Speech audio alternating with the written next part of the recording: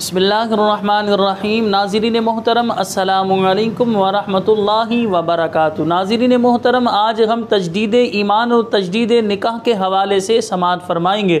تجدید ایمان یعنی ایمان کو یعنی کہ تجدید ایمان، جیسے اگر انسان کی زبان سے اگر کوئی کلمہ کفر نکل گیا تو انسان اس کلمہ کفر سے اللہ کی بارگاہ میں توبہ کرے اور اس کے بعد انسان پہلا کلمہ پڑھ لے اور دوسرا کلمہ پڑھ لے اور اس طرح کہہ لے کہ میں گواہی دیتا ہوں اللہ کے سوا کوئی عبادت کے لائق نہیں، وہ اکیلا ہے، اس کا کوئی شریک نہیں، اور میں گواہی دیتا ہوں کہ حضرت محمد صلی اللہ علیہ وسلم اللہ کے بندے اور اللہ کے آخری نبی ہیں۔ اس طرح بندہ کہہ لے، اگر کلمہ کفر نکلا تو اس کلمہ کفر سے پہلے توبہ کرے، یعنی اس جملے سے میں اپنے توبہ کرتا ہوں، یہ جو میں نے فلاں جملہ کہا تھا اس سے میں بیزار ہوں، توبہ کرتا ہوں، اور اس کے بعد اس طرح انسان کلمہ پڑھ لے، پہلا اور دوسرا۔ اس کا ترجمہ بھی بیان کیا، ترجمہ بھی بندہ پڑھ لے۔ یہ تھا تجدید ایمان، یعنی اگر بندے سے کوئی خدا نخواستہ کلمہ کفر نکل گیا۔ اب دوسرا طریقہ یہ ہے، یعنی کہ اگر آپ کے پاس کوئی غیر مسلم آیا تو اس کو آپ کس طرح مسلمان کریں گے، تو اس کو مسلمان کرنے کا طریقہ کار یہی ہے کہ آپ اسے پہلا کلمہ پڑھائیں اور دوسرا کلمہ پڑھائیں۔ وہ پہلا کلمہ پڑھ لیتا ہے، دوسرا کلمہ پڑھ لیتا ہے، ظاہر سی بات ہے وہ مسلمان ہو گیا۔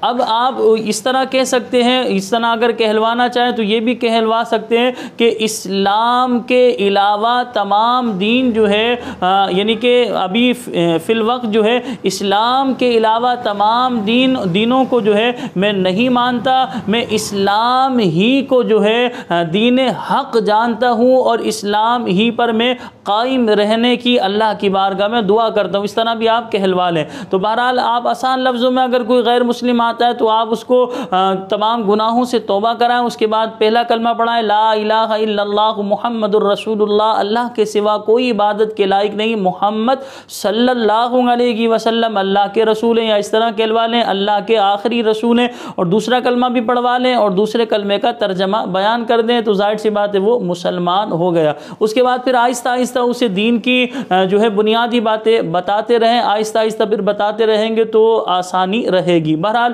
اگر کوئی غیر مسلم آتا ہے تو اس طرح آپ نے مسلمان کرنا ہے، ایک طریقہ۔ اگر انسان کی زبان سے کوئی کلمہ کفر نکلا تو کس طرح اسلام قبول کرنا ہے وہ بھی ہم نے آپ کے سامنے بیان کر دیا۔ اب آئیے تجدید نکاح کرنے کا طریقہ۔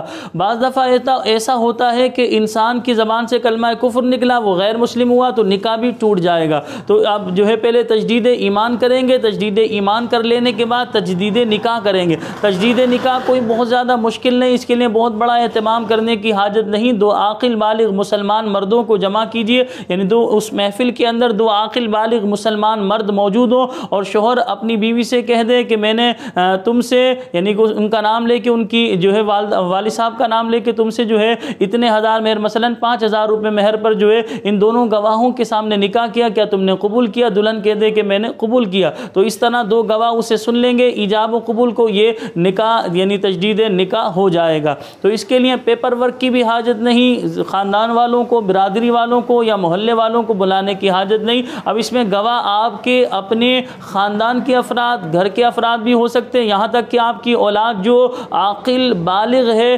مسلمان، وہ بھی اس میں گواہ بن سکتی ہے۔ تو لہذا تجدید ایمان اور تجدید نکاح کا طریقہ آپ سمجھ گئے ہوں گے۔ خطبہ دینا تو ظاہر سی بات ہے ہر عام بندے کو نہیں آتا ہوگا، یہ تو ایک مولانا صاحب، علامہ صاحب، حافظ صاحب بھی خطبہ دیں گے، لیکن خطبہ دینا نکاح کے لیے شرط نہیں، اسے یاد رکھیے گا۔ خطبے کا دینا سنت مبارکہ ہے، خطبہ نہیں دیا گیا تو تجدید نکاح پھر بھی ہو جائے گا۔ تو تجدید ایمان اور تجدید نکاح کا طریقہ ہم نے آپ کے سامنے بیان کیا، یقیناً آپ سمجھ گئے ہوں گے۔ پھر بھی اگر کوئی بات آپ کی سمجھ میں نہ آئے تو آپ جو ہے نیچے کمنٹس میں آپ معلوم کر سکتے ہیں۔ اس کے علاوہ میرا نمبر بھی جو ہے آپ چینل سے ہمارے نکال سکتے ہیں، نمبر پر واٹس ایپ پر جو ہے آپ مجھ سے بات چیت کر سکتے ہیں۔ اللہ کریم کی بارگاہ میں دعا ہے کہ اللہ پاک مجھے بھی اور آپ تمام دیکھنے والے دوستوں احباب کو ایمان کی سلامتی کے ساتھ اس دنیا فانی سے جو ہے رخصت فرمائے۔ جتنے مسلمان مجھے دیکھ رہے ہیں، مجھے بھی اور ان تمام مسلمانوں کو ایمان کی سلامتی نصیب فرمائے۔ اللہ کریم کی بارگاہ میں دعا ہے کہ جب ہمارے جسم سے روح نکالی جا رہی ہو اس وقت ہماری زبان پر کلمہ طیبہ جاری ہو۔ السلام علیکم ورحمۃ اللہ وبرکاتہ۔